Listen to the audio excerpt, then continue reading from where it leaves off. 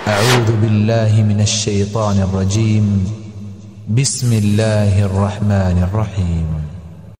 الدعوة نور وضاء تجلو ظلمات الحيران، منهج خير الناس جميعا لا يبلى عبر الأزمان، فالحكمة تكسو دعوتنا والرحمة فيها عنوان، ورسول الله يوجهنا.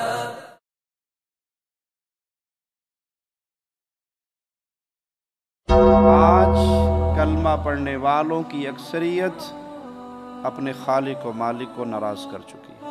کیا کبھی ابو بکر نے رسول اللہ کو سجدہ کیا؟ کیا کبھی عمر نے رسول اللہ کو سجدہ کیا؟ کیا کبھی عثمان نے سجدہ کیا؟ کیا کبھی مولا علی نے سجدہ کیا؟ سیدنا حسن نے کیا؟ سیدنا حسین نے کیا؟ اہل بیت میں سے کسی نے کیا؟ اصحاب رسول اللہ میں سے کسی نے کیا؟ نہیں کیا۔ تو یاد کیجئے، یہ کفار کی تقلید ہے۔ تم خالق کا حق چھین کے غیر اللہ کو دے کر ظلم عظیم کر رہے ہو۔ اور جب بغیرتی انتہا کو پہنچی، پھر محفل سما ہوئی، محفل ڈانس ہوئی، ڈانس کی محفل، ناچنے کی محفل ہوئی۔ 3 عورتیں ناچنے کے لیے سٹیج پہ آئی اور ناچتے ناچتے ان مشرکہ عورتوں نے اپنے تن کے پورے لباس کو اتار کے پھینک دیا۔ یہ خانقاہی دین زنا کا دین ہے، یہ خانقاہی دین مال کا دین ہے، پیسے کا دین ہے۔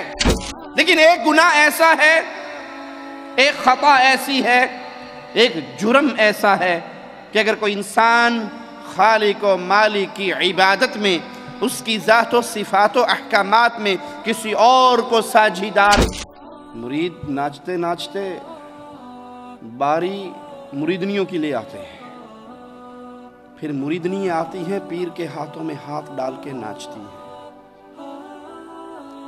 اور ناچتے ہوئے فاطمہ الزہرا آواز لگا رہی ہے، جو غم بابا کی وفات سے میرے دل پہ ٹوٹا ہے، سورج پہ ٹوٹتا سورج اندھا ہو جاتا، پہاڑوں پہ ٹوٹتا پہاڑ ریزہ ریزہ ہو جاتے، چاند پہ ٹوٹتا چاند کی روشنی ختم ہو جاتی، جو غم فاطمہ پہ ٹوٹا۔ پیر کا نام ہے سلیم قادری، رہتا ہے گجرانوالہ میں۔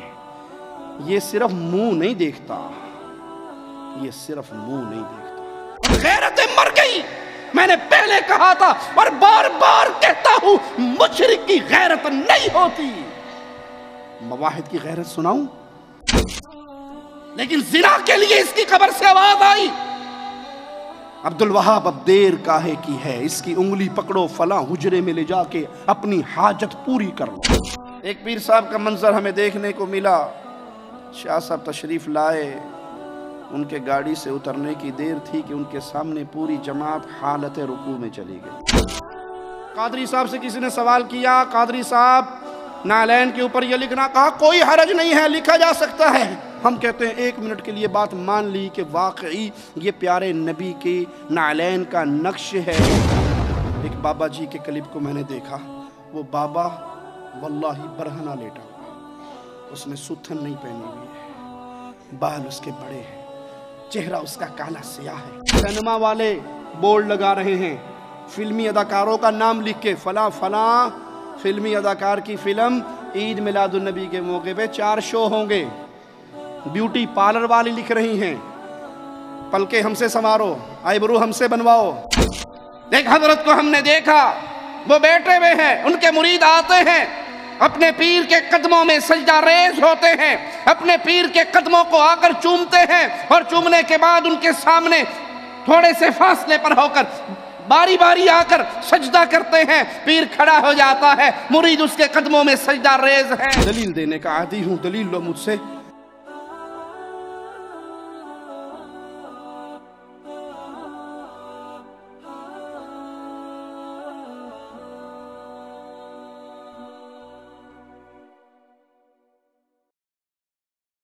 سامعین کرام، اب ہمارے سامنے ایک موضوع کہ جس موضوع ایک ایسا موضوع ہے کہ جس کی وجہ سے زمین و آسمان پیدا کیے گئے ہیں، ایک ایسا موضوع ہے کہ جس کے لیے اللہ تبارک و تعالیٰ نے اس دنیا میں انبیاء کرام کو اللہ نے بھیجا، یہ ایسا موضوع ہے کہ جس کے خاطر اللہ تعالیٰ نے کتابیں نازل کی ہیں. یہ ایسا موضوع ہے کہ جس کے لیے اس موضوع پہ اگر کوئی آدمی اپنے آپ کو سنوار لے گا، اپنے آپ کو اس موضوع پہ اگر تیار کر لے گا تو اللہ تعالیٰ نے جنت کا وعدہ کیا ہے کہ اللہ تعالیٰ تمہیں جنت میں داخل کر دے گا. اور اگر اس موضوع کے اندر کسی چیز کی شرک کی ملاوٹ یا اس کے اندر کوئی بدعت کی ملاوٹ یا اس موضوع سے ہٹ کر کفریہ موضوع اگر آدمی اختیار کر لے تو سمجھو کہ اس کے لیے دائمی جہنم اللہ تبارک و تعالیٰ نے قرآن مجید کے اندر بتا دیا کہ اسے دائمی جہنم. موضوع یہ ہے کہ عقیدہ توحید، عقیدہ توحید. انشاءاللہ یہ موضوع ہمارے پاس سلسلہ وار چلتا رہے گا. اس سے پہلے جیسے اللہ کی پہچان جیسا سلسلہ وار ہمارے پاس موضوع چلا تھا، ویسے ہی یہ موضوع بھی عقیدہ توحید، یہ موضوع بھی انشاءاللہ ہمارے سامنے سلسلہ وار رہے گا. تو آپ لوگوں کے درمیان اعلانات وغیرہ سب ہوتے رہیں گے. بہرحال میں نے کہ تمہیدی کلمات کو لمبا کیے بغیر، شیخ موصوف تو مطلب معروف ہیں ہمارے درمیان کہ آپ کی قد و کاوشیں اور آپ کی محنتیں اور آپ کا لگن، کہ اللہ تعالیٰ آپ کی ان ساری چیزوں کو قبول فرمائے کہ سی ڈیز کے طور پر اور بیانات کے طور پر. اور یہاں مملکہ میں تو مملکہ بیرون مملکہ بھی الحمدللہ آپ کے پروگرام ہو رہے ہیں. حال ہی میں آپ یعنی کہ جرمن، اسپین اور دیگر ممالک وغیرہ، اٹلی وغیرہ جا کر وہاں پروگرام جو دے کر آئے ہیں. اللہ تعالیٰ آپ کی اس محنت کو قبول فرمائے اور آپ کی ہر کوشش کو اللہ تعالیٰ آپ کے میدان میں باعث حسنات بنائے. تو سامعین کرام انشاءاللہ اب ہمارے سامنے شیخ موصوف عقیدہ توحید پر ہمارے سامنے بحث کریں گے. شیخ موصوف کو میں دعوت دیتا ہوں کہ آپ اپنے موضوع کا آغاز کریں. ان الحمد للہ نحمده ونصلي على رسوله الكريم. اعوذ باللہ من الشیطان الرجیم. بسم اللہ الرحمن الرحیم. ان الشرک لظلم عظیم.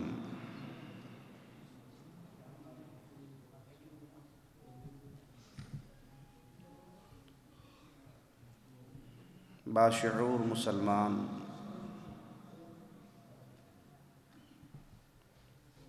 جب اپنے گرد و نواح میں نظر دوڑاتا ہے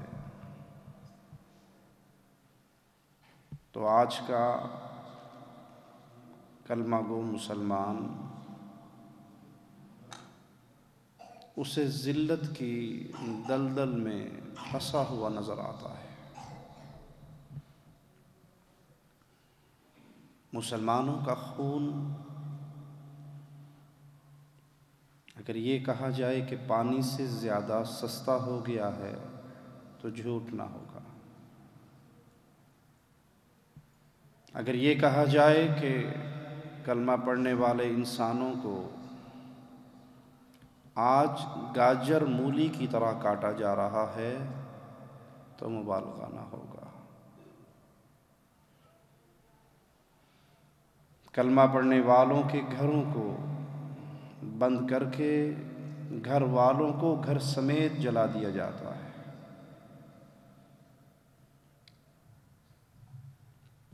کوئی پانی میں ڈوب کے مر رہے ہیں، کوئی آگ میں جل کے مر رہے ہیں.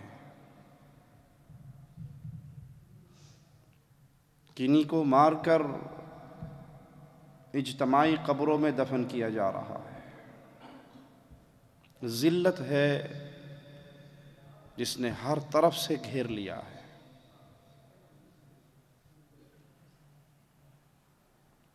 اس کی وجہ عقل مند انسان کے دل میں یہ سوال ضرور پیدا ہوتا ہے، آخر مسلمان اتنا ذلیل کیوں ہو گیا ہے؟ اور مسلمان کا ضمیر اس سوال کا خود ہی جواب دیتا ہے. جس کے ضمیر پر موت طاری نہیں ہوئی، جس کا ضمیر زندہ ہے، اس سوال کا جواب زندہ ضمیر ضرور دے گا کہ عزت دینے والا کون تھا؟ جی، عزت دینے والا اللہ مالک. آج کلمہ پڑھنے والوں کی اکثریت اپنے خالق و مالک کو ناراض کر چکی ہے. کئی ناراضگیاں ایسی ہوتی ہیں کہ جس کی حرارت کم رہتی ہے،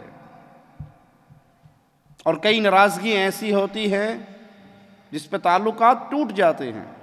اللہ کے لیے اعلی مثال میں سمجھانے کے لیے عرض کرتا ہوں، میاں بیوی کے درمیان لڑائی ہو جاتی ہے نا، ناراضگی ہو جاتی ہے، کبھی ٹائم پہ کھانا نہ بنا تو ناراضگی ہو گئی، کبھی بیگم نے زبان چلا دی تو ناراضگی ہوگی، کبھی اس کو دو سنا دی تو خامن ناراض ہو گیا۔ مختلف چھوٹے چھوٹے مسائل میں میاں بیوی کے درمیان اختلاف ہو جاتا ہے، اور وہ اختلاف ختم بھی ہو جاتا ہے، حل بھی ہو جاتا ہے۔ اس اختلاف کی بنیاد پہ گھر نہیں ٹوٹتے، خاندان نہیں بکھرتا، علیحدگیاں نہیں ہوتی، لیکن ایک اختلاف، ایک وجہ لڑائی کی ایسی ہے، اللہ نہ کرے کسی مسلمان کے گھر میں وہ وجہ پیدا ہو، جب وہ وجہ پیدا ہوتی ہے تو پھر گھر سلامت، خانوادہ سلامت نہیں رہتا۔ عورت نے کھانا نہ بنایا، اختلاف ہوا لیکن صلح ہو گئی، کپڑے نہ دھو کے دیے، اختلاف ہوا لیکن صلح ہو گئی، بچوں کی تربیت میں کچھ کمی کر لی، اختلاف ہوا لیکن صلح ہو گئی۔ اور اگر یہی عزت اس کی، یہی اس کی بیوی اس کی عزت میں کسی کو پارٹنر بنائے، اس کے بستر کا کسی اور کو ساتھی بنائے، اب جو اختلاف ہوگا یہاں پہ صلح کا تصور، پھر خانوادہ بکھر جائے گا۔ پھر کوئی سمجھانا بھی چاہے تو وہ کہے گا یہ ایسا ظلم اس نے کیا ہے کہ میں اس کی موجودگی میں اس کے طرف لوٹنے کا تصور بھی نہیں کرتا۔ اللہ کے لیے اعلی مثال، اللہ مالک، اس کی رحمتوں میں قربان جائیں، وہ مالک تو خود فرماتا ہے بندے اگر تم گناہ کرنا چھوڑ دو گے میں تمہیں مٹا کر ایسی قوم لے کر آؤں گا جو گناہ کریں گے اور معافی مانگیں گے۔ حدیث میں آتا ہے انسان سے گناہ ہو جاتا ہے، وہ گناہ کرنے کے بعد جب پشیمان ہوتا ہے اپنے رب کو پکارتا ہے اور کہتا ہے اللہ مجھے معاف کر دے، تو اللہ کہتا ہے فرشتوں دیکھو یہ میرا بندہ جانتا ہے کہ اس کا کوئی رب ہے، یہ جانتا ہے کہ کوئی اس کا رب ہے جو گناہ کرنے پہ پکڑتا ہے، معافی مانگنے پہ معاف کر دیتا ہے۔ اے بندے جا میں نے تجھے معاف کیا، بندے سے پھر گناہ ہوتا ہے، پھر وہ مالک کے در پہ آتا ہے، معافی مانگتا ہے، مولا کہتا ہے یہ جانتا ہے کوئی اس کا رب ہے جو گناہ پہ پکڑتا ہے، معافی پہ معاف کر دیتا ہے، جا تجھے معاف کیا، بندے سے پھر گناہ ہوتا ہے، پھر مالک کے در پہ آتا ہے، مالک پھر فرماتا ہے یہ جانتا ہے کوئی اس کا رب ہے جو اس کو دیکھ رہا ہے، جو اس کو پکڑ سکتا ہے، جس کا ڈر اس کے دل میں ہے، اے میرے ملائکہ گواہ ہو جاؤ میں نے اپنے اس بندے کے سارے گناہوں کو معاف کر دیا۔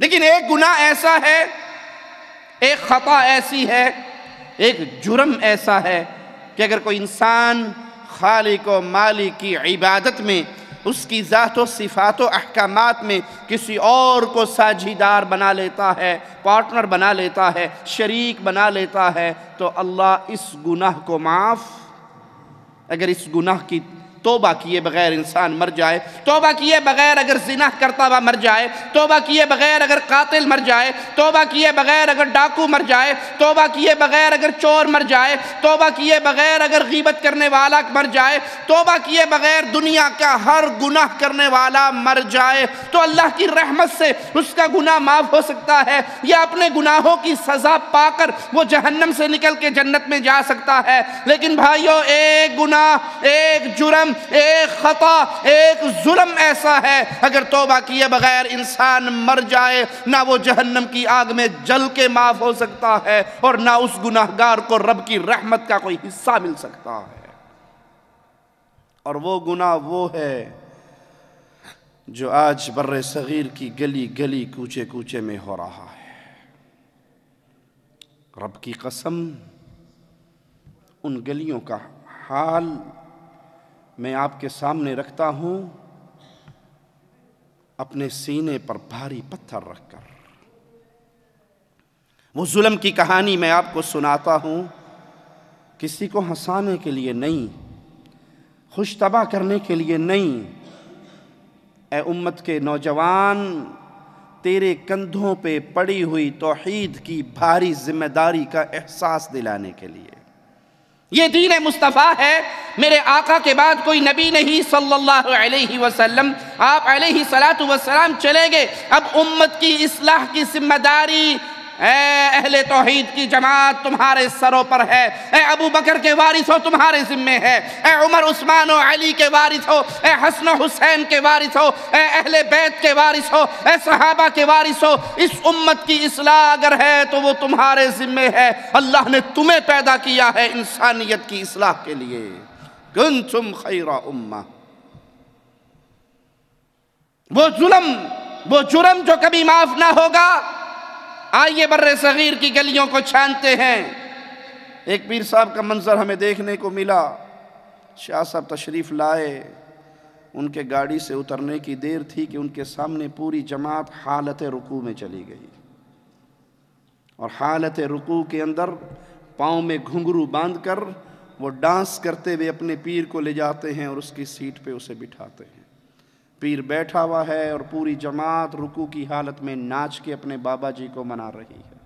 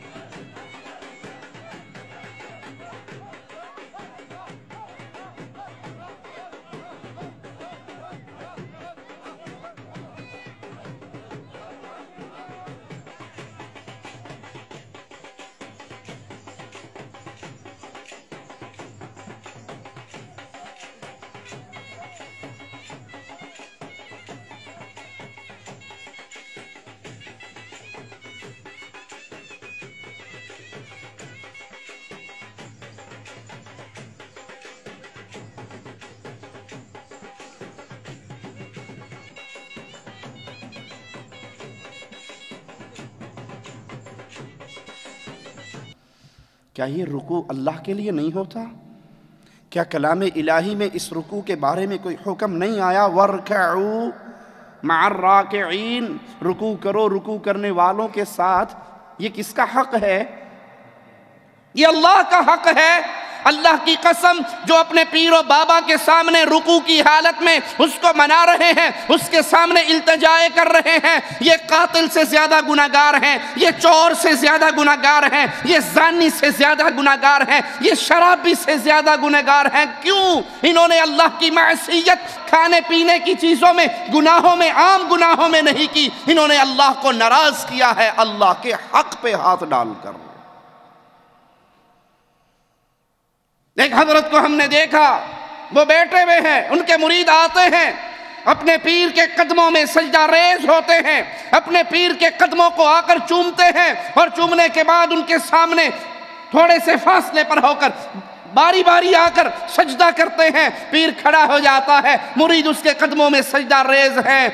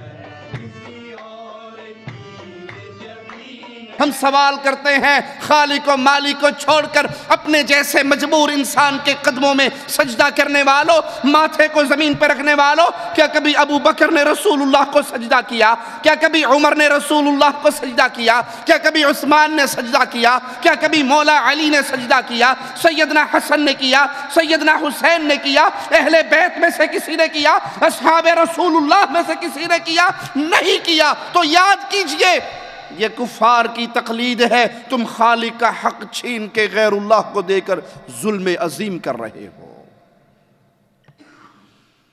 اور شرک ظلم عظیم ہے۔ جب امتوں کے اندر یہ شرک داخل ہوتا ہے، قوموں میں یہ شرک داخل ہوتا ہے، عوام میں یہ شرک داخل ہوتا ہے، تو انسان صرف مشرک نہیں ہوتا، بے غیرت بھی ہو جاتا ہے۔ جب تک توحید رہتی ہے غیرت، جب تک توحید رہتی ہے غیرت سلامت رہتی ہے، اور جب توحید غائب ہو جاتی ہے تو غیرت بھی ساتھ ہی۔ جو اللہ کے حق میں کسی کو شریک کر سکتا ہے وہ پھر سب کچھ ہی کر سکتا ہے۔ لا ذنب بعد الکفر، کفر کے بعد تو کوئی گناہ نہیں ہے۔ آؤ غیرت مندوں کا حال بتاؤں۔ صدیقہ کائنات عائشہ رضی اللہ تعالی عنہا فرماتی ہے، اللہ کی قسم محمد الرسول اللہ صلی اللہ علیہ وسلم نے زندگی بھر کسی نامحرم عورت کے ہاتھ میں اپنا ہاتھ نہیں دیا۔ یہ غیرت ہے اہل توحید کی، یہ غیرت ہے امام الموحدین کی، یہ غیرت ہے سردار الانبیاء کی۔ پیارے حبیب علیہ السلام نے زندگی بھر نامحرم عورت کے ساتھ مصافحہ نہیں کیا، ہاتھ نہیں ملایا، غیر محرم نامحرم عورت کے ہاتھ پہ ہاتھ میرے آقا نے نہیں رکھا۔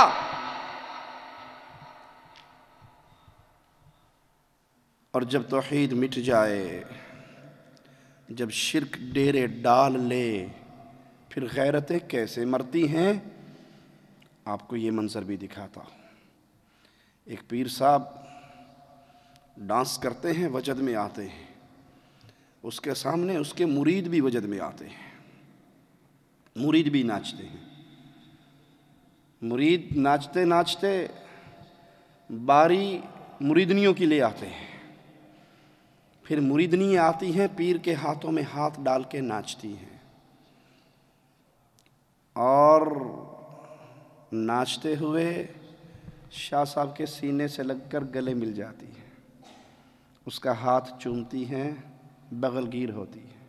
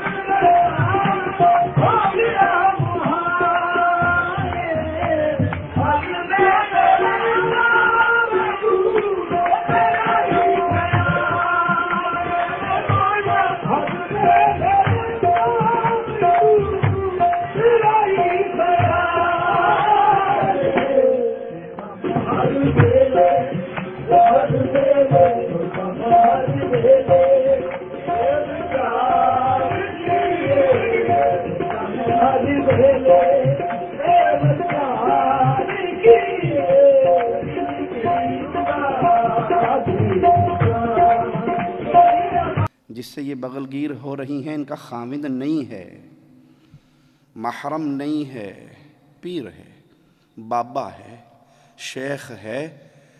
اسی لیے مولا و مالک نے مشرک اور زانی کا ذکر قرآن میں اکٹھا کیا ہے۔ مشرک سے نکاح مشرکہ ہی کرے گی، زانیہ سے نکاح زانی ہی کرے گا۔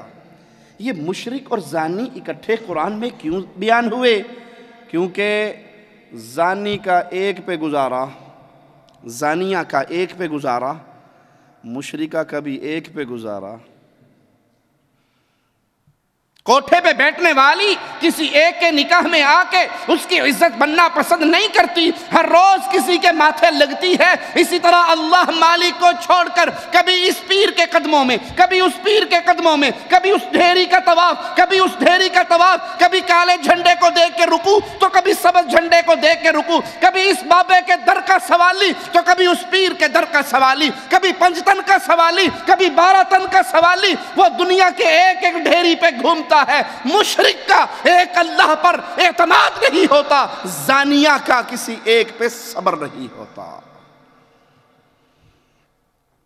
جب شرک یوں پھیل رہا ہو، جب غیرتوں کے جنازے یوں نکل رہے ہوں، اللہ کی قسم دکھتے دل کے ساتھ خون بہتا ہوا آنکھوں کے ساتھ یہ منظر آپ کو دکھا رہا ہوں۔ مظفر گڑھ ہمارے پنجاب کا ایک شہر ہے، وہاں ایک پیر صاحب کا میلہ لگا۔ کوئی یہ نہ کہے یہ ان پڑھ نے جی، یہ سارے بے وقوف لوگ نے، یہ افتتاح کرنے والا جس کے سر پہ پگ پہنائی گئی اس دن، جس کی دستار بندی ہوئی، یہ عام آدمی نہیں ہے۔ جانتے ہو تم کون ہے وہ؟ اس کا میلہ، اس کی سربراہی میں میلہ ہوا۔ میں نے کہا تھا کہ مشرک کی غیرت نہیں ہوتی اور مواحد بے غیرت نہیں ہوتا۔ جملہ یاد رکھنا، مواحد بے غیرت نہیں ہوتا، مشرک غیرت مند نہیں ہوتا۔ جو اللہ کا حق نہیں پہچانتا اس کے پلے کوئی اور چیز رہے گی؟ میلہ لگا، قبر کا سجدہ ہوا، قبر کا طواف ہوا، قبر پہ رکوع ہوئے، قبر کے نذرانے ہوئے، قبر پہ چادریں چڑھی، قبر پہ بکرے چڑھے، مرغوں کی نیاز دی گئی، بابے کو پکارا گیا، اس سے مانگا گیا، اور جب بغیرتی انتہا کو پہنچی پھر محفل سما ہوئی، محفل ڈانس ہوئی، ڈانس کی محفل، ناچنے کی محفل ہوئی۔ 3 عورتیں ناچنے کے لیے سٹیج پہ آئی اور ناچتے ناچتے ان مشرکہ عورتوں نے اپنے تن کے پورے لباس کو اتار کے پھینک دیا۔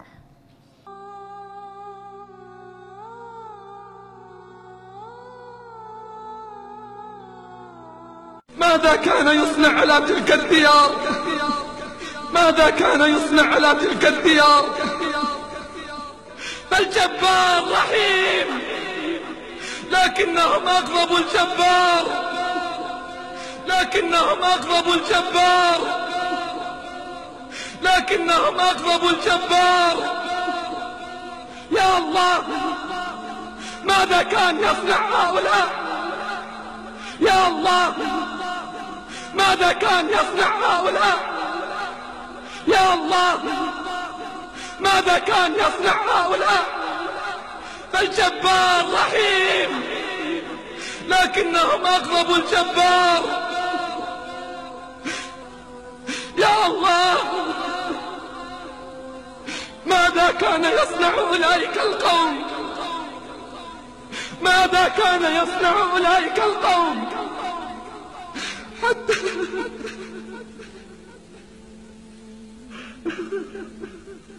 فلما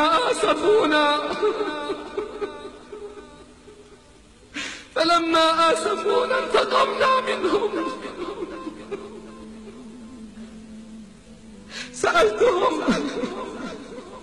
ماذا كان يصنع على تلك الشواطئ؟ ماذا كان يصنع على تلك الديار؟ إنه الظلم، ظلم بني الإنسان، ظلمهم لأنفسهم وظلمهم لغيرهم حين تعدوا على المحارم وحين تعدوا على الآخرين. یہ دین ہے خانقاہی، یہ شریعت ہے خانقاہی، یہ قبر پرستوں کی شریعت ہے، یہ قبر پرستوں کا دین ہے، یہ غیرت مر جانے والوں کا دین ہے۔ بے پرد ہو کر، بے لباس ہو کر ان عورتوں نے دھمالے ڈالی اپنے پیر کو راضی کرنے کے لیے، مجمع کو راضی کرنے کے لیے۔ لوگ کہا کرتے تھے جی آپ تو ویسے ہی مزاروں کے خلاف بولتے ہیں، آپ تو مزارات کو ویسے ہی شرک کی فیکٹری کہتے ہیں۔ دیکھو اگر یہ مزارات غلط ہوتے، اگر یہ میلے غلط ہوتے، اگر یہ جائز نہ ہوتے، پیر کی کرامت اتنی بڑی ہے، ہزاروں کا مجمع لگتا ہے، ہزاروں لوگ آتے ہیں۔ یہ بابا غریب النواز کے میلے کے لیے پوری دنیا سے بسیں چلتی ہیں، پوری دنیا سے فلائٹیں لوگ پکڑ کے آتے ہیں۔ یہ بابا حجویری کے عرس پہ پوری دنیا سے لوگ آتے ہیں۔ یہ میلے سچے ہیں، یہ مزارات سچے ہیں، اسی لیے تو ہزاروں لوگ جمع ہیں۔ اور ہم تب کہا کرتے تھے، اور آج اہل شرک نے ہمارے جملوں پہ مہر لگا کر دکھا دی کہ یہ پیروں کی کرامتیں نہیں ہیں، یہ عورتوں کی کرامتیں ہیں جو لوگ یہاں پر اکٹھے ہوتے ہیں۔ یہ زنا کے لیے آنے والے، یہ بدکاری کے لیے آنے والے، یہ شراب کے لیے آنے والے، یہ پاؤڈر، ہیروئن، چرس، افیون کے لیے آنے والے ہیں، یہ پیروں فقیروں کے لیے آنے والے نہیں۔ اور مظفر گڑھ کے میلے میں میڈیا نے دکھایا، ARY چینل نے دکھایا، دنیا ٹی وی نے دکھایا کس طرح بے حیا مشرکہ عورتوں نے اپنے لباس کو اتار پھینکا اور ننگے ہو کے ڈانس کیا۔ جب شرک کی یہ کیفیت ہو، جب بے غیرتی کا یہ بازار گرم ہو، تو کیا آسمان سے فرشتے اتریں گے؟ عزت کا ڈنکا بجے گا؟ یا ذلت کی دلدل میں امت اور گرے گی؟ شرک ظلم عظیم ہے، سب سے بڑا ظلم کائنات میں، اس سے بڑا کوئی ظلم نہیں۔ سب سے بڑا ظلم اللہ کے ساتھ شرک کرنا ہے۔ ظلم کہتے کس کو ہے؟ کسی چیز کو اس کی مخصوص جگہ سے اٹھا کر کسی اور جگہ پہ رکھ دینا، وہ زیادتی کی صورت میں ہو یا کمی کی صورت میں ہو، ظلم کہلاتا ہے۔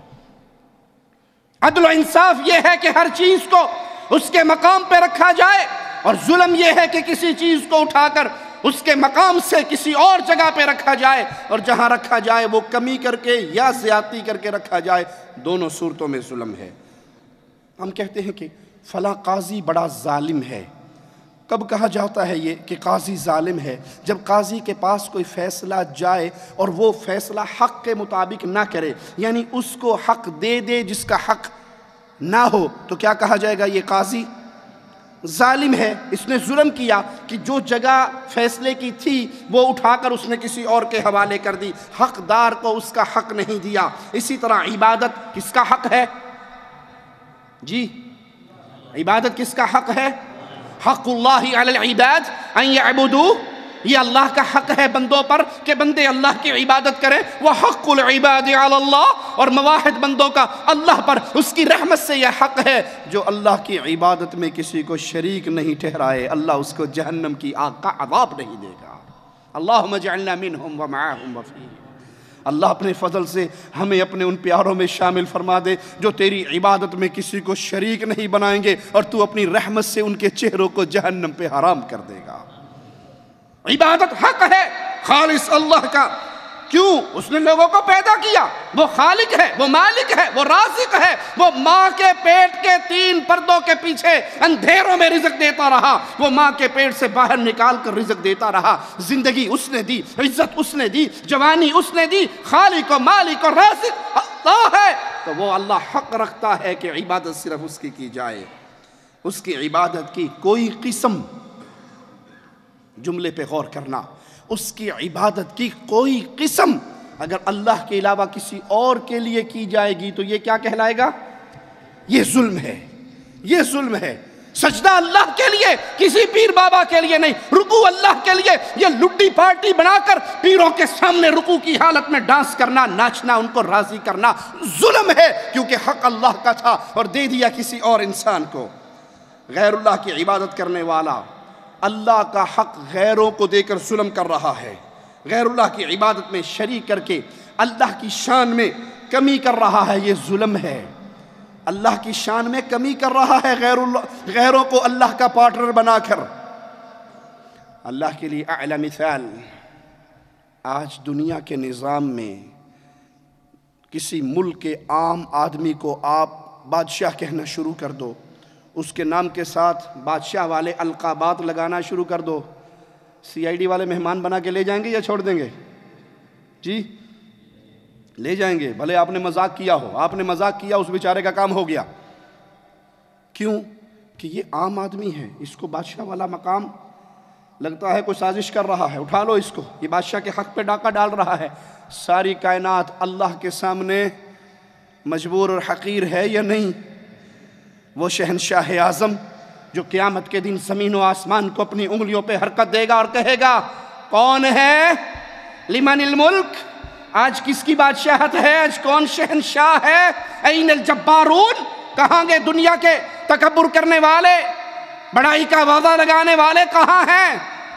دنیا کے بادشاہ کہاں ہیں؟ کوئی جواب دینے والا نہیں ہوگا، وہ خالق و مالک خود جواب دے گا، للہ۔ آج ساری بادشاہت اللہ کے لیے جو تنہا ہے، قہار ہے۔ غیر اللہ کو اٹھا کر اللہ کا شریک بنانا، اللہ کی شان میں کمی کرنا ہے، اور یہ ظلم ہے۔ مخلوق کی عبادت کرنا، مخلوق کی شان کو بڑھانا ہے، مخلوق کی عبادت کرنا ان کی شان کو بڑھانا ہے، اور یہ بھی ظلم ہے۔ اسی لیے محمد الرسول اللہ صلی اللہ علیہ وسلم نے کیا کہا تھا؟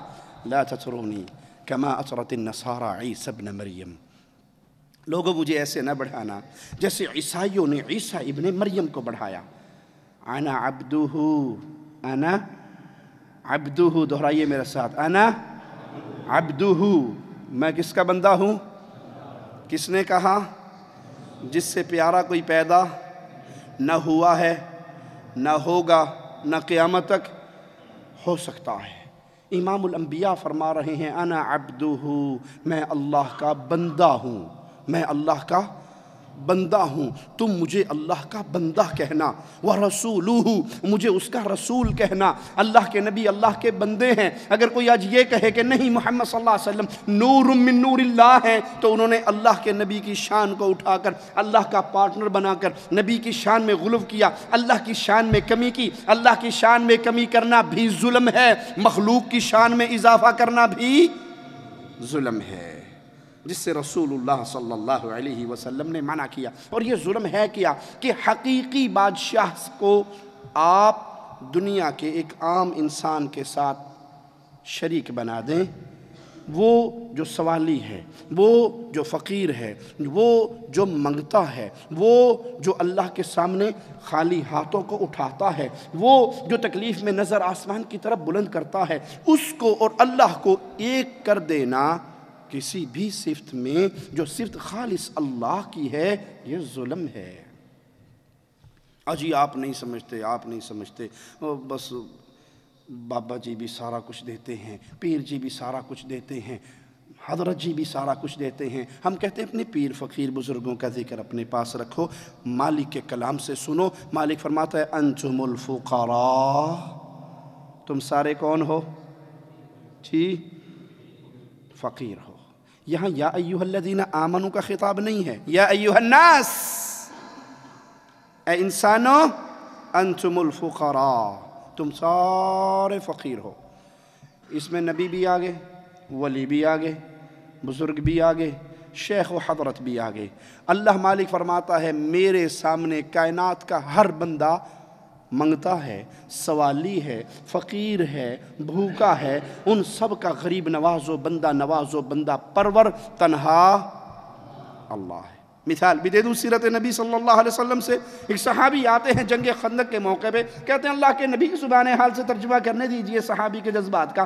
آپ کہہ رہے ہو یہ خندق کھودو، پیٹ سے کپڑا اٹھایا، پیٹ سے کپڑا اٹھایا اور اپنا پیٹ پیارے نبی صلی اللہ علیہ وسلم کو دکھایا اور کہا اللہ کے نبی پتھر باندھا ہوا ہے، میں نے پتھر باندھا ہوا ہے۔ یہ کہنے والوں کہ پیارے نبی صلی اللہ علیہ وسلم مختار کل ہیں، جو چاہیں کریں، آپ کے ہاتھ میں سارے کنٹرول اور خزانے اور قوتیں اور طاقتیں، جو مرضی کریں، اللہ کے نبی کو سارے اختیار ہیں، مختار کل ہیں۔ صحابی کہہ رہا ہے کھدال اٹھائی نہیں جاتی، پتھر پہ ماری نہیں جاتی، پیٹ پہ بھوک کی وجہ سے میں نے پتھر باندھا ہے، قربان جاؤں امام الانبیاء پر، قربان جاؤں فاطمہ کے بابا پر، قربان جاؤں حسن حسین کے نانا پر، قربان جاؤں بلال کے آقا پر، محمد الرسول اللہ صلی اللہ علیہ وسلم اپنے پیارے بطن سے کپڑا اٹھاتے ہیں، کہتے ہیں صحابی تو نے ایک باندھا ہے، تیرے آقا نے 2 باندھے ہیں۔ اور میرے رسول کو چھوڑ کر کہاں جا رہے ہو؟ میرے پیارے حبیب کو چھوڑ کر جن کے چنگل میں تم پھنس چکے ہو۔ آج درد اور دکھ کے ساتھ ایک کڑوی حقیقت سے پردہ اٹھاؤں، اللہ کی قسم پیری فقیری کا یہ سارا دھندا، قبر پرستی کا یہ سارا دھندا، اس کے پیچھے صرف 2 ایٹم ہیں، اس کے پیچھے صرف 2 قوتیں ہیں۔ یہ دین خانقاہی نظام کا 2 ستونوں پہ کھڑا ہے، عورت اور پیسہ، تیسری چیز نہیں ہے۔ ان کے پاس نہ ایمان ہے، نہ اخلاق ہے، نہ دین ہے، نہ قرآن ہے، نہ حدیث ہے۔ یہاں عورت اور پیسے کی ریل پیل ہے، اسی کی بنیاد پہ یہ سارا دین قائم ہے۔ کوئی مجھے غلط کہے، اس کی مرضی، غلط ثابت نہیں کر سکتا۔ یہ دین عورتوں کے ساتھ بدکاری کا دین ہے، خانقاہی دین عورتوں کی عزت کو لوٹنے کا نام ہے۔ اللہ کی قسم رب کے گھر میں کھڑے ہو کر ایک دلیل نہیں، دلائل کے انبار رکھتا ہوں۔ قبر پرستوں نے صرف عزتیں لوٹنے کے لیے خانقاہی نظام کو چلایا ہے، زنا کرنے کے لیے خانقاہی نظام کو چلایا ہے۔ پوچھو مجھ سے، دلیل مانگو مجھ سے۔ یہ محمد کا دین ہے صلی اللہ علیہ وسلم، یہ محمد کا دین ہے۔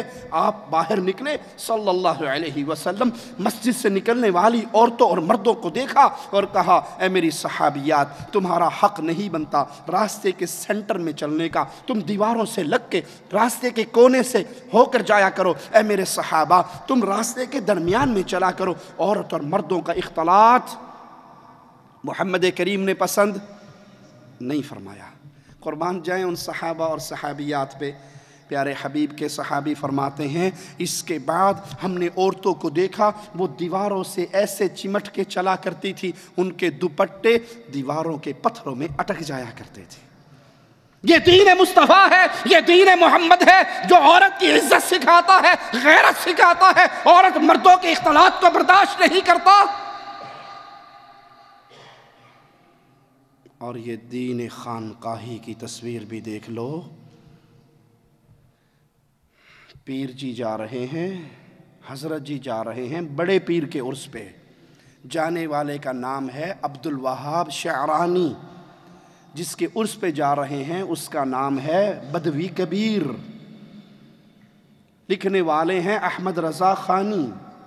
احمد رضا خان اپنی کتاب ملفوظات میں اس پورے قصے کو نقل کرتے ہیں، جس سے ہمارے دعوے پر دلیل ثابت ہوگی کہ خانقاہی نظام، قبر پرستی کا نظام، مزارات کا نظام صرف عورت کے حصول کا ایک ذریعہ اور مال کمانے کا ایک ڈھونگ ہے۔ راستے میں ایک عورت پہ، کنیز پہ نظر پڑ گئی شعرانی صاحب کی۔ جب قبر پہ پہنچے، حاضری دی، بابا جی کو سلام کیا، تے بابے نے تھلوں پوچھیا چنگی لگی؟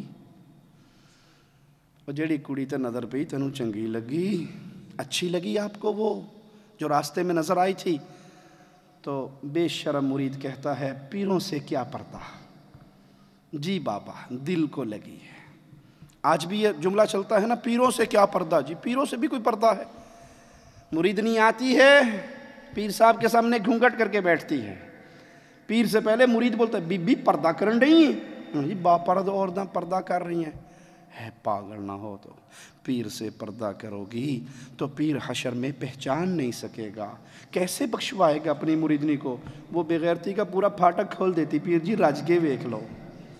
اور پیر کا نام ہے سلیم قادری، رہتا ہے گجرانوالہ میں۔ یہ صرف منہ نہیں دیکھتا، یہ صرف منہ نہیں دیکھتا، اس کو جو بی بی اچھی لگتی ہے اس نے اپنے حجرے کے پیچھے ایک زنا کا کمرہ بنایا ہوا ہے۔ میں نہیں کہہ رہا، میری رپورٹ تم کو جی وابیاں اپنا کو لوگ اللہ کڑ لیاں، ہمارا چینل ہے، ہمارا نہیں، تمہارے چینل کی رپورٹ ہے۔ سلیم صاحب کہتے ہیں جی کیوں آئی ہو بی بی جی؟ کہتے ہیں یہ اولاد نہیں ہو رہی۔ چلو اچھا پچھلے کمرے میں جا کے بیڈ پہ لیٹو تو میں ایک تعویذ رکھنے آؤں گا, میں تعویذ رکھ کے نکل جاؤں گا, اور پھر ایک اور بڑے حضرت آئیں گے, وڈا بابا آئے گا. وہ وڈا بابا تجھے تھوڑے بہتے ہاتھ پاؤں لگائے گا تو ٹینشن نہیں لینا, پیر سے کیا پردہ, پیر سے بھی کوئی پردہ ہے. اس کے بعد تجھے بیٹا ہو جائے گا, اور یہ خبیث ایک دروازے سے نکلتا دوسرے سے داخل ہو جاتا. اس طرح 300 عورتوں کے ساتھ اس نے زنا کیا, بدکاری کی. صرف یہاں پہ رکا نہیں, ان 300 عورتوں کی ویڈیو بھی بنائی. فوٹیج دکھاتے ہیں جو اس طرح کے جعلی پیر پتہ نہیں پاکستان کے طول و ولد میں اس طرح کے عمل کر رہے ہوتے ہیں اور عورتوں کو اور دوسرے لوگوں کو کس طرح بہکا رہے ہوتے ہیں. یہ فوٹیج دیکھیے, اس کے بعد واپس آئیے اسی پروگرام میں.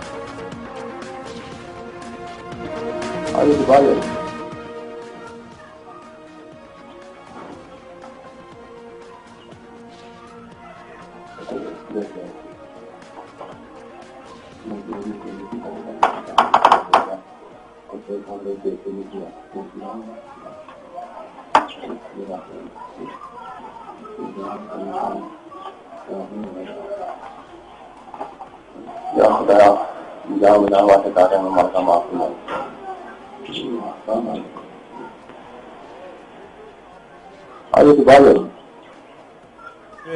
نور کی برسات ہے اور یہاں سے بیٹے بھی ملیں گے اور بانجھ پن بھی دور ہوگا.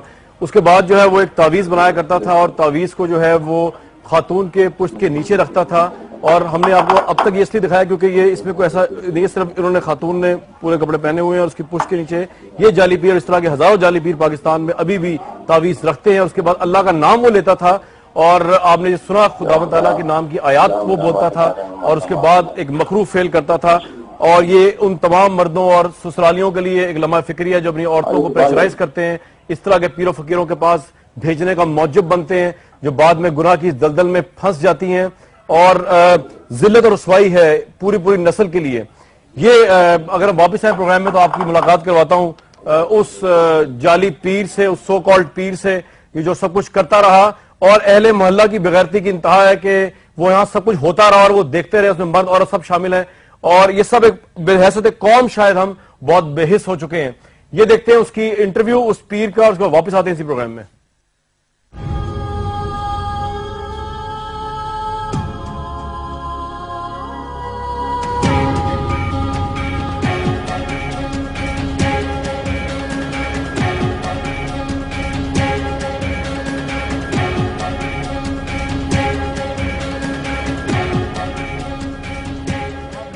کہتے تھے کہ آپ بیٹا دیں گے ان کو؟ نہیں سر, میں سال پہلے سر دام بند کر دیا, پچھلے روزوں میں سر میں نے بند کر دیا تھا کام سارا. جی سر, ہاں سر پتہ نہیں. کتنی خواتین کو آپ نے اپنی درندگی کا نشانہ بتائیں؟ ہمارے پاس 27 کی مووی ہے. بس سر جتنی آپ کے پاس ہے اس سے پہلے بھی کوئی میڈیا آیا, کیا کیا آپ نے؟ نہیں سر, پہلے جب میرا کارڈ گم ہوا تھا میموری کارڈ, ہمارے کارڈ آپ کا ملا, پھر بندوں نے انہوں کو 40,000 روپیہ دیا ہے, انہوں نے پورا ڈاٹا ضائع کر دیا. اسی سے پتہ نہیں کس نے پھر اپنے پاس رکھا ہوا تھا. جی آج اس نے پھر دوبارہ آپ کے پاس بھیج دیے. آپ مانتے ہیں آپ سے غلطی ہوئی, یہ اللہ کو اب رمضان شروع ہو گیا ہے, آپ سمجھتے ہیں اللہ سے معافی مانگتے ہیں؟ جی سر, میں نے سر پچھلے روزوں کا میں اللہ سے معافی مانگ رہا ہوں. اس کے بعد میں نے تام درود بند کر دیا, میں کرتا نہیں ہوں.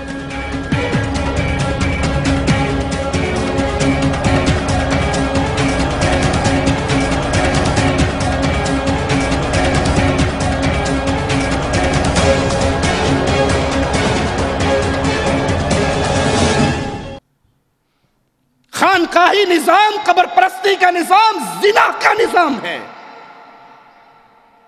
سید بدوی کبیر پوچھتا ہے تجھے اچھی لگی؟ کہا پیر سے کیا پردہ, آپ سے کیا چھپانا, بہت اچھی لگی.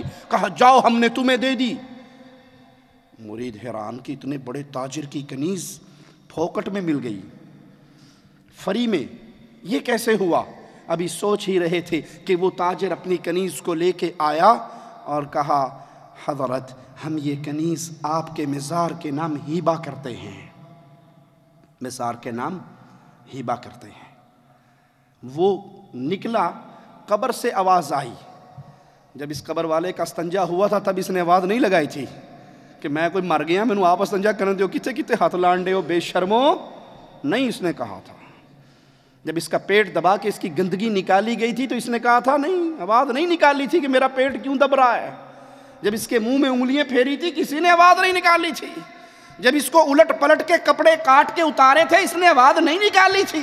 جب اس کو کفن میں لپیٹا تھا اس نے آواز نہیں نکالی تھی۔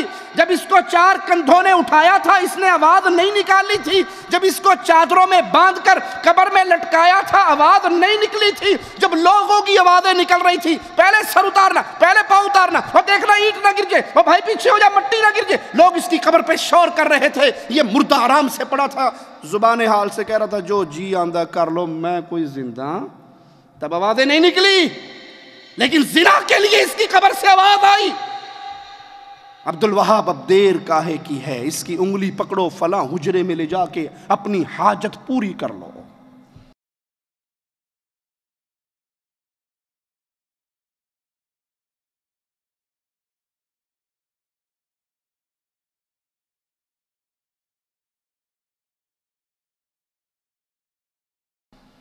یہ خانقاہی دین زنا کا دین ہے، یہ خانقاہی دین مال کا دین ہے، پیسے کا دین ہے۔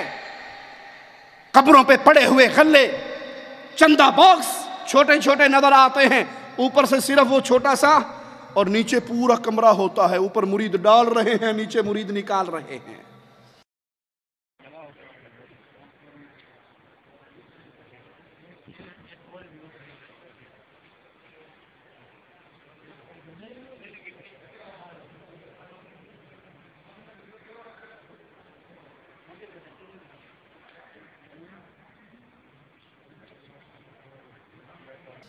بابے کے منہ میں تو لڈو بھی نہیں جاتا اور سارا پیسہ مریدوں کی جیب میں جاتا ہے، ملنگوں کی جیب میں جاتا ہے۔ یہ دین مال اور عورت کا دین ہے۔ اسلام محمد کریم صلی اللہ علیہ وسلم جو دے کر گئے وہ عزت، وہ غیرت کا دین ہے۔ پیروں فقیروں کو اللہ کی عبادت میں شریک کرنا یہ بھی ظلم ہے۔ کیوں؟ وہ فقیر ہیں، وہ منگتے ہیں، وہ قلاش ہیں، ان کو غریب نواز کہنا، ان کو بندہ نواز کہنا، ان کو داتا کہنا، ان کو دنیا کے اندر جو چاہے کر گزرے یہ کہنا، یہ لقب دینے جو القابات خاص اللہ کی صفات کی ترجمانی کرتے ہیں، اللہ کا حق ہے، کسی اور کو نہیں مل سکتا۔ فتح البیان میں ہے کہ شرک کو ظلم عظیم اس لیے کہا گیا کہ حقیر تر فقیر مطلق کو اکرم ترین ہستی یعنی اللہ مالک و مولا کے ساتھ مقام دے دیا جاتا ہے۔ آئیے قرآن حکیم کو سنتے ہیں، سورۃ نساء ہے، آیت نمبر 48 ہے۔ میرا مالک فرماتا ہے ان اللہ لا یغفر ان یشرک بہ ویغفر ما دون ذلک لمن یشاء۔ یہ قانون ہے، یہ جذباتی باتیں نہیں ہیں، یہ غصے میں بھری ہوئی آواز نہیں ہے، یہ اپنے اندر کا کوئی جی بس ساڑھے تو بڑا وٹ کھان دینے تے گلاں بنائے رکھ دینے تے اپنے کول دلیلاں کر لیندے نے۔ نہیں پیارے بھائی، یہ کھلی ہوئی کتاب ہے، یہ کلام الہی ہے۔ اگر میری زبان سے اللہ مالک کے فرمان اور محمد کریم کی حدیث کے علاوہ کچھ اور نکلے تو گریبان سے پکڑنے کا حق رکھتے ہو۔ پوچھو کہاں سے بولا ہے۔ ہمارے پاس ملفوظات شریف نہیں ہیں، ہمارے پاس کچی روٹی پکی روٹی نہیں ہے، ہمارے پاس کلیر والے کا کلام نہیں ہے، ہمارے پاس حجویر والے کا کلام نہیں ہے، ہمارے پاس وہ کلام ہے جو اللہ نے جبرائیل کے ذریعے محمد کے پاک دل پہ نازل کیا۔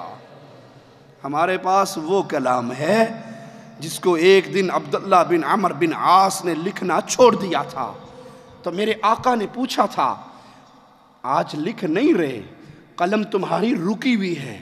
کہا میرے ساتھیوں نے مشورہ دیا ہے یا رسول اللہ صلی اللہ علیہ وسلم کہ ہر بات کو نہ لکھا کر، پیارے نبی بھی تو بشر ہیں، انسان ہیں، کبھی کسی موڈ میں کبھی کسی موڈ میں، ہر بات نہ لکھا کر، ترجمانی ہے جذبات صحابی کی، پوچھ پوچھ کے لکھا کر۔ اور میرے آقا کی مبارک پاکیزہ طیب طاہر زبان حرکت میں آئی تھی اور کہا تھا عبداللہ لکھ، عبداللہ لکھ، اللہ کی قسم محمد کے ان ہونٹوں سے حق کے علاوہ کچھ جدا نہیں ہو سکتا۔ ہے کسی کے پاس ایسا تو ہمیں بھی دکھاؤ، کسی کی جھولی میں یہ ہیرا ہو تو ہمیں بھی دکھاؤ، ہم بھی اس کے مرید بننے کے لیے تیار ہیں۔ ارے تمہارے بزرگوں کی کہانی ہے تو ہم سے سنو، ہم سناتے ہیں۔ امام ابو حنیفہ اہل سنت کے امام رحمت اللہ علیہ ہمارے امام تھے، ہمارے بزرگ تھے، ہمارے حضرت تھے، ہمارے بڑے تھے۔ وہ کہا کرتے تھے اپنے شاگرد کو، ابو یوسف ہر بات نہ لکھا کر، پوچھ پوچھ کے لکھا کر، میرے فتوے پہ کبھی فتویٰ نہ دیا کر جب تک تجھے یہ خبر نہ ہو جائے یہ فتویٰ میں نے کس دلیل پہ دیا ہے۔ جس کی ہر بات کو تم حجت مانو وہ اپنے شاگرد سے کہتے ہیں ہر بات نہ لکھ، اور جس کی ہم دعوت دیتے ہیں وہ کہتے ہیں آج تیری قلم رک کیوں گئی؟ جواب ملتا ہے ساتھیوں نے مشورہ دیا تھا پوچھ پوچھ کے لکھا کر، کہا اللہ کی قسم لکھ، محمد کے ہونٹوں سے حق کے علاوہ کچھ نہیں نکلتا صلی اللہ علیہ وسلم۔ شرک ظلم عظیم ہے، مالک کا قانون ہے لا یغفر ان یشرک بہ، میں نے شرک کو کبھی معاف نہیں کرنا۔ یا علی مدد کہنے والے یہ کبھی معاف نہیں ہونا، پیر کی قبر پہ سجدہ کرنے والے کبھی معاف نہیں ہونا، باپا کے لیے رکوع کرنے والے کبھی معاف نہیں ہونا، مردوں کو، ملنگوں کو، ننگوں کو اپنے لیے مختار کل سمجھنے والے یہ کبھی معاف۔ اور جب مشرک انسان بن جاتا ہے عقل اس کے پلے، جی عقل پلے رہتی ہے۔ گھر میں کوئی مہمان آ جائے اور اس کے کپڑے اچھے نہ ہوں، صاف نہ ہوں، دھلے ہوئے نہ ہوں، میلے کچیلے ہوں، تو عقل مند کہتا نا بھائی کہ وہ ایمرجنسی تھی کیا؟ ارے بھائی کوئی مر گیا تھا کیا؟ کیسے حال میں آئے ہو؟ کپڑے بھی نہیں بدلے، نہائے بھی نہیں، تمہارے بالوں کو کیا ہو گیا؟ کیا ہو گیا تمہیں؟ کیسے زندگی گزار؟ عقل سلامت ہو تو اپنے کسی پیارے کے کپڑے میلے دیکھے جا سکتے؟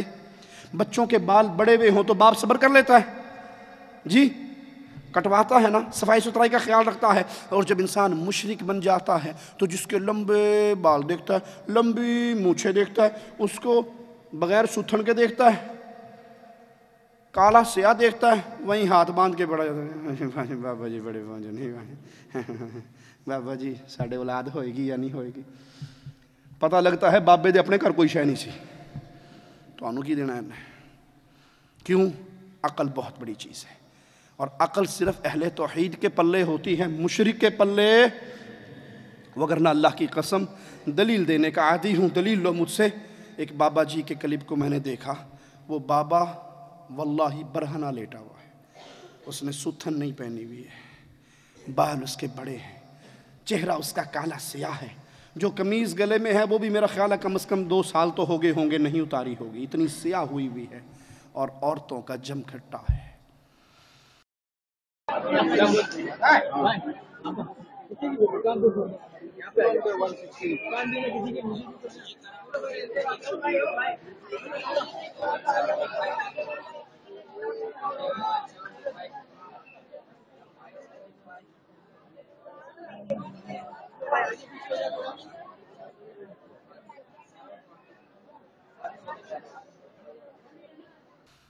مجھے پیارے حبیب علیہ الصلاۃ والسلام کی بتائی ہوئی باتیں یاد آتی ہیں۔ قرب قیامت جب دجال نکلے گا، مسلمان کیا کریں گے؟ عورتوں کو گھروں میں بند کر کے باہر جایا کریں گے، عورتوں کو گھر میں تالا مار کے۔ کیوں؟ کہ کہیں ہمارے پیچھے یہ گھر سے نکل کے دجال کے فتنے کا شکار نہ ہو جائے۔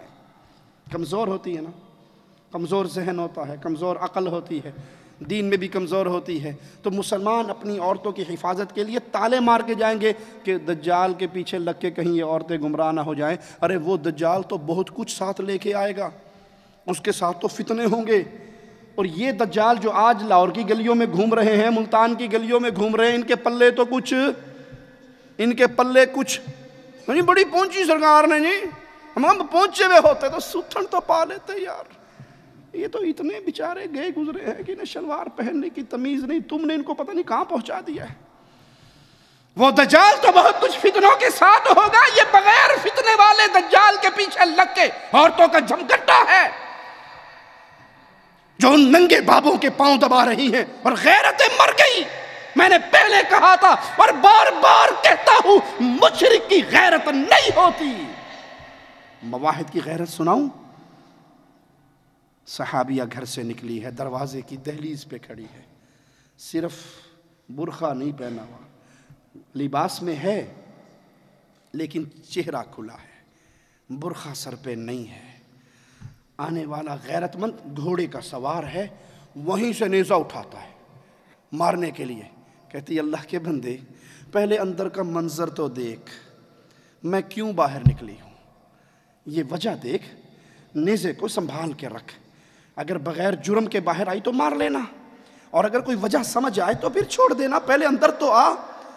یہ صحابی اپنے سواری سے اترتا ہے، اپنے بستر پہ پہنچتا ہے تو چارپائی پہ بستر پہ ایک اژدہا بیٹھا ہوا نظر آتا ہے، کہ اس کے ڈر سے باہر نکلی تھی۔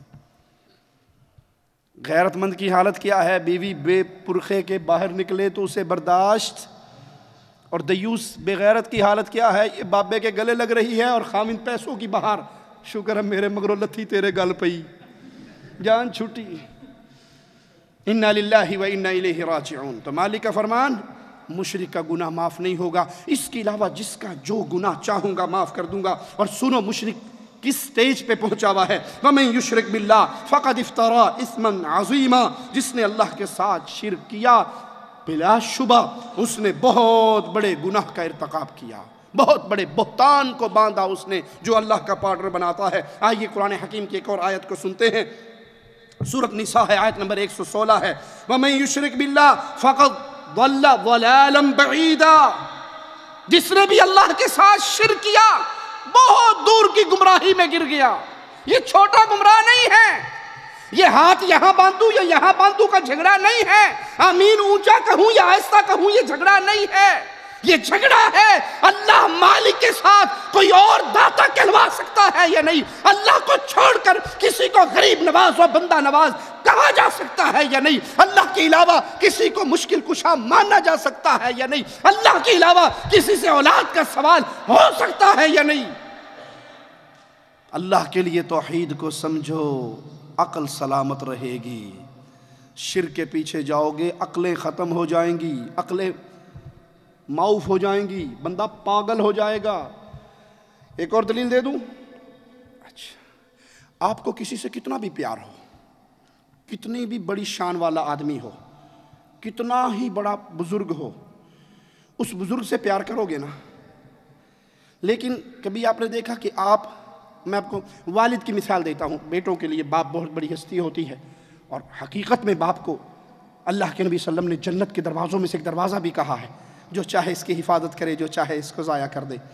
کسی کو اپنے باپ سے بہت پیار ہو، بابا جان فوت ہو جائیں، ابو جی فوت ہو جائیں، تو کیا خیال ہے بیٹا محبت میں مغلوب ہو کر باپ کی جوتی اٹھائے، باپ کے جوتی اٹھائے اور بڑی محبت سے میرے ابو جان کتنے پیارے ابو جان تھے، اور اپنے ابو کا نام جوتی پہ لکھنا شروع کر دے؟ جی کیا کہو گے اسے؟ عقل مند ہے؟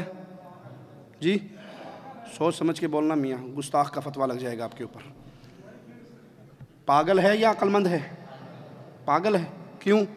کہ بھائی تجھے باپ سے جتنا بھی پیار ہو، جوتی تو جوتی ہوتی ہے، جوتی تو جوتی ہوتی ہے۔ کبھی باپ کا نام کسی عقل مند نے جوتی پہ لکھا؟ میں وہ دلیل دیتا ہوں جس سے آپ کی سوئی ہوئی عقل کو جگا سکوں۔ اچھا، ماں سے آپ کو بڑا پیار، اور آپ پیار کے ہاتھوں مجبور اور مغلوب ہو کر ماں فوت ہو گئی، ماں ہے نہیں، ماں کی جوتی مل گئی، اور آپ پیاری امی جان، اور اس کا نام آپ جوتی پہ لکھ کے اپنے سینے سے لگا لیں، لوگ آپ کو پاگل کہیں گے یا عقل مند؟ ماں کا گستاخ کہیں گے یا ماں کا ادب کرنے والا؟ گستاخ کہیں گے۔ اچھا چلو ماں باپ کو بھی رہنے دو، ماں باپ کے بعد جب بیگم آ جاتی ہے تو بیگم سے لگاؤ، ہیں بیگم سے لگاؤ بہت ہو جاتا ہے، تو بیگم سے پیار ہو جائے آپ کو، آپ اس کے لیے ہیل والی جوتی بڑی خوبصورت مارکیٹ سے نگوں والی پھولوں بوٹوں والی لائے، اور اس کے اوپر خطاط سے جا کے اپنی بیگم محترمہ کا نام لکھوا لیا۔ اب یہ جوتی بیگم کو دکھاؤ گے تو ہیل سب سے پہلے کس کے سر میں لگے گی؟ کامیاں لوگ بیگم کا نام دل میں لکھتے، تم ہمارا نام جوتی پہ لکھتے، نہیں رہنا تمہارے ساتھ فارغ کرو، ہم کو جاتے، ہم جوتیوں کے قابل ہیں کیا؟ لوگ تو پھولوں کی پتیوں پہ بیگم کا نام لکھتے ہیں، تم جوتیوں پہ نام لکھتے۔ عقل سلامت ہو تو جوتی پہ پیار کرنے والوں کا نام لکھا جاتا ہے یا نہیں؟ یہ ساری عام مثالیں دے کر میں آپ کو ایک بہت بڑی گستاخی کی طرف لے جانا چاہتا ہوں۔ یہ ربیع الاول کا مہینہ چل رہا ہے، بدعت کرنے والے بدعت کر رہے ہیں، گناہ کرنے والے گناہ کر رہے ہیں، ظلم کرنے والے ظلم کر رہے ہیں۔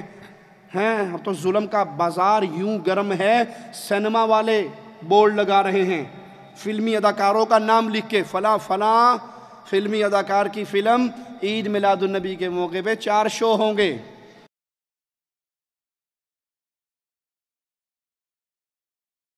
بیوٹی پارلر والی لکھ رہی ہیں پلکیں ہم سے سنوارو، آئی برو ہم سے بنواؤ۔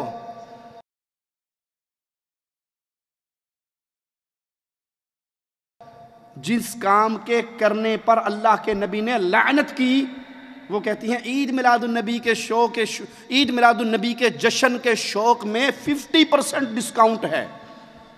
جس کام سے پیارے آقا منع کرتے رہے صلی اللہ علیہ وسلم، آپ کے نام پہ سارا کچھ ہو رہا ہے۔ عقلیں اتنی ماری گئی ہیں کہ پیارے نبی صلی اللہ علیہ وسلم کی نعلین، آپ کی جوتی کا نقش لے کے، پہلی بات تو نبی کی نعلین کا نقش پیارے نبی صلی اللہ علیہ وسلم کی کسی حدیث سے ثابت نہیں ہے۔ ہم کہتے ہیں 1 منٹ کے لیے بات مان لی کہ واقعی یہ پیارے نبی کی نعلین کا نقش ہے، اس نعلین کے نقش پہ اللہ محمد لکھا جاتا ہے یا نہیں؟ نعلین کے اندر اللہ محمد لکھا جاتا ہے یا نہیں؟ بسم اللہ لکھی جاتی ہے یا نہیں؟ الصلاۃ والسلام علیکہ یا رسول اللہ لکھا جاتا ہے یا نہیں؟ پیارے نبی کی جوتی پہ پیارے نبی کا نام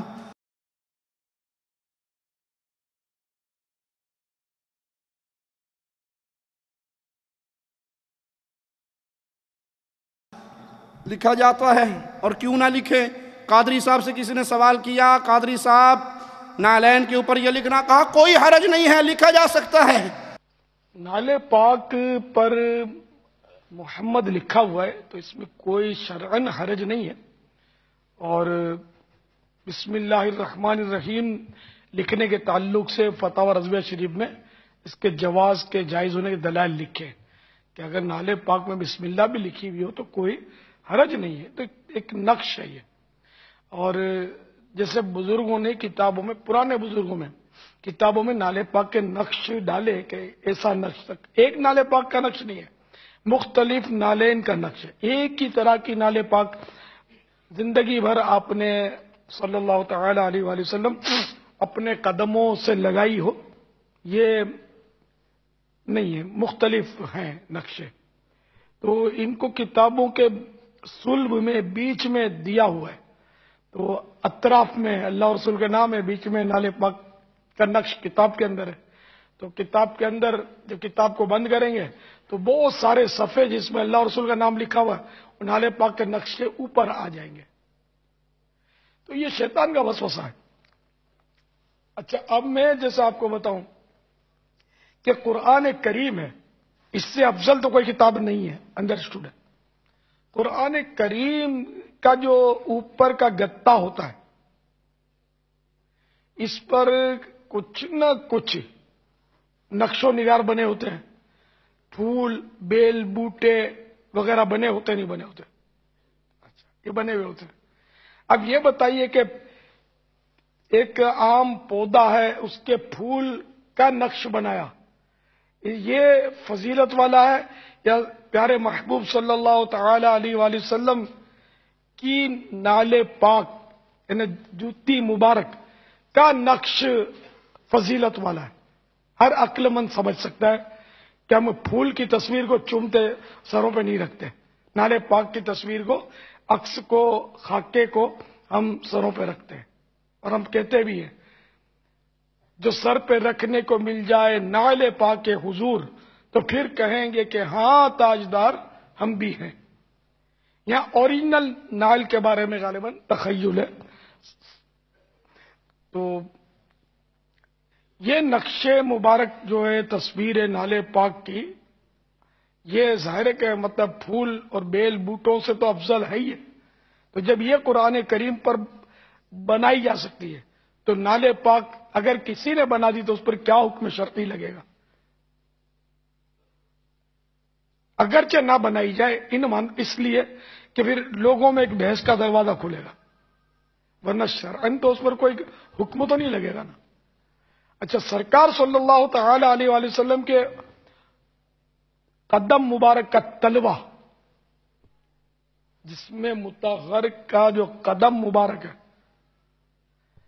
اس کا جو تلوہ ہے، گوشت شریف کا جو تلوہ، جیسے پاؤں کے تلوے آپ کے ہمارے ہوتے ہیں، تو تلوہ یہ یقیناً کائنات کی ہر شے سے فضیلت والا ہے۔ مولانا حسن رضا خان حسن علیہ رحمۃ اللہ فرماتے ہیں کہ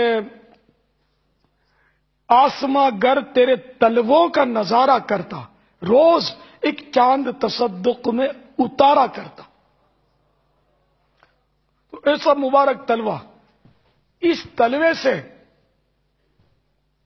بھی تو نالے پاک بوسے لیتی تھی، لپٹتی تھی جوتی مبارک۔ تو ایسی فضیلت والے حصے پر ایک عام سادہ چمڑے کی جوتی کی یہ جرت کہ یہ لپٹتی تھی، تو سرکار صلی اللہ تعالی علیہ وآلہ وسلم اس کو اجازت دیتے تھے، وہ لپٹا لیتے تھے، اپنا قدم چومنے کی اجازت مرحمت فرماتے تھے، ہے نا۔ تو یوں سرکار صلی اللہ علیہ وسلم کے جسم اقدس سے تو لگے اور سرکار کا نام اس کے نقش پر نہ لکھا جائے۔ ہم کہتے ہیں پھر آج سے ایک جوتی لے لو جو قادری صاحب کے قدموں میں ہے، اور اس پہ قادری صاحب کی تصویر بنا کے لگا دو ساری دنیا میں۔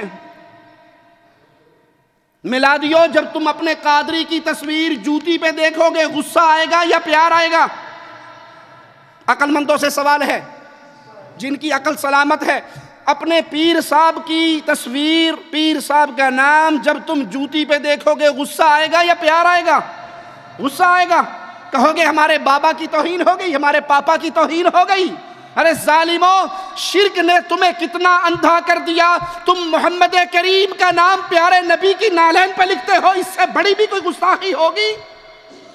ارے مصطفیٰ کا مبارک نام تو قرآن کے حروف میں ہے، قرآن کے الفاظ میں ہے، قرآن کی زینت ہے۔ جس نبی کا نام قرآن کی زینت تھا، تم نے اس نبی کے نام کو اٹھا کر جوتی کی زینت بنا دیا، اور ابھی ابلیس کا فتویٰ اس پہ لگاتے ہو جو تمہارے طرح کی بے غیرتی نہیں کرتا۔ اس کو کہتے ہو کہ آج سارے جہان والے خوشی منا رہے سوائے ابلیس کے۔ ابلیس نبی کی وفات پہ خوش ہوتا ہے، ابو بکر غمگین ہے، عمر غمگین ہے، عثمان غمگین ہے، علی غمگین ہے، حسن غم میں ہے، حسین غم میں ہے، عائشہ غم میں ہے، حفصہ غم میں ہے، بلال غم میں ہے، فاطمہ غم میں ہے۔ فاطمہ کہہ رہی ہے، فاطمہ تو زہرا آواز لگا رہی ہے، جو غم بابا کی وفات سے میرے دل پہ ٹوٹا ہے، سورج پہ ٹوٹتا سورج اندھا ہو جاتا، پہاڑوں پہ ٹوٹتا پہاڑ ریزہ ریزہ ہو جاتے، چاند پہ ٹوٹتا چاند کی روشنی ختم ہو جاتی، جو غم فاطمہ پہ ٹوٹا۔ تمہاری شرک کرنے کی وجہ سے عقلیں ایسے ماری گئی۔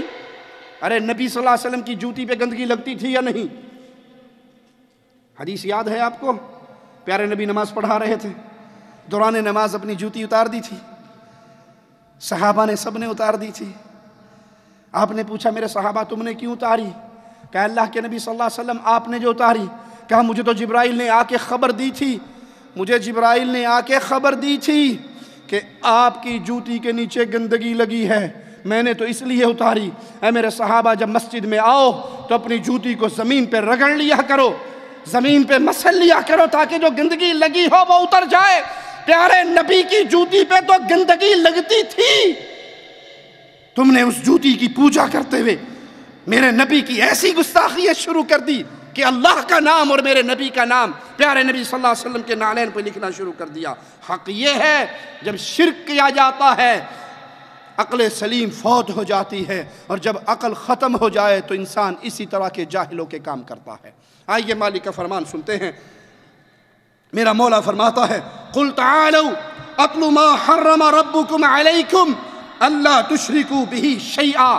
پیارے نبی صلی اللہ علیہ وسلم اعلان کر کے ان کو سنا دیجئے، آؤ میں تمہیں وہ کام پڑھ پڑھ کے سناؤں جو تمہارے رب نے تم پہ حرام کر دیے ہیں، اور ان کاموں میں سے ایک کام یہ ہے کہ اللہ کے ساتھ، اپنے رب کے ساتھ کسی کو شریک نہ بنانا، اللہ کے ساتھ کسی کو اس کا پارٹنر نہ بنانا۔ اللہ سے دعا ہے اللہ ہمارے گناہوں کو معاف فرمائے، اللہ ہماری خطاؤں کو معاف فرمائے، اللہ ہماری سیاہکاریوں کو معاف فرمائے، اللہ ہمیں ایمان پہ باقی رکھے، اللہ ہمیں توحید پہ باقی رکھے، اللہ ہمیں غیرت ایمانی پہ باقی رکھے، اللہ ہمیں اس ایمان کا، اس توحید کا غیرت مند سپاہی بنائے، اور ہماری زندگی گزرے اسی لا الہ الا اللہ کے پیغام کو نشر کرتے ہوئے گزرے۔ اس پیغام کے لیے اپنی جان، اپنا مال، اپنی قوتیں، اپنی زبانیں، اپنی ایک ایک صلاحیت صرف کرنے کی توفیق عطا فرمائے۔ اقول قولی ھذا واستغفر اللہ لی ولکم ولسائر المسلمین فاستغفروہ انہ هو الغفور الرحیم۔ لا إله إلا الله محمد رسول الله عليه صلاة الله وآله والأحبة